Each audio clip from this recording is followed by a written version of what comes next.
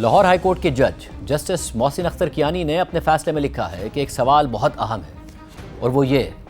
کہ کیا جسمانی، نفسیاتی، جذباتی، زبانی یا معاشی تشدد ایسا ظلم ہے جو بیوی کے حق مہر کو برقرار رکھنے کے لیے کافی ہو اگر وہ خلا لے؟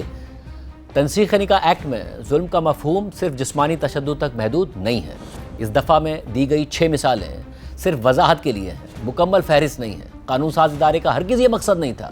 کہ انہی مثالوں کو ظلم کی آخری حد سمجھ لیا جائے۔ شوہر کا ظلم صرف مار پیٹ میں نہیں ہوتا، بلکہ بیوی کی تذلیل، گالم گلوچ، اس کے کردار پر جھوٹے الزامات لگانا، سرد مہری جان بوجھ کر مسلسل نظر انداز کرنا بھی ظلم ہو سکتا ہے۔ بالکل اسی طرح جیسے ہاتھ اٹھانا ظلم ہے۔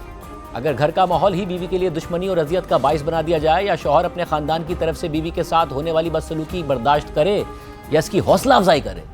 تو یہ بھی اسی قانون کے تحت ظلم شمار ہوگا۔ عدالت نے آگے اپنے فیصلے میں لکھا ہے کہ اصل سوال یہ نہیں ہے کہ شوہر کا رویہ کسی مخصوص عنوان کے تحت آتا ہے یا نہیں آتا، بلکہ یہ ہے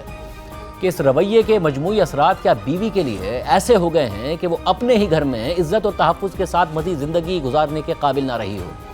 جسمانی چوٹ کا ہونا ظلم ثابت کرنے کے لیے لازمی شرط نہیں ہے، اور نہ ہی یہاں فوجداری مقدمات جیسا سخت معیار ثبوت لاگو ہوتا ہے۔ عدالت نے مزید لکھا ہے کہ بیوی پر یہ لازم نہیں ہے کہ ہر تھپڑ کے لیے میڈیکو لیگل سرٹیفکیٹ پیش کرے یا ہر بدسلوکی کے واقعے کے لیے FIR درج کروائے، تب جا کر اس کی بات پر یقین کیا جائے۔ بیوی کی اپنی گواہی، جسے جرح کے ذریعے جانچا گیا ہو اور جسے مقدمے کے دیگر حالات اور واقعات کے تسلسل اور وقت کے ساتھ ملا کر پرکھا جائے، وہ بھی دوسرے ہر ثبوت کی طرح ایک قابل قبول ثبوت ہے۔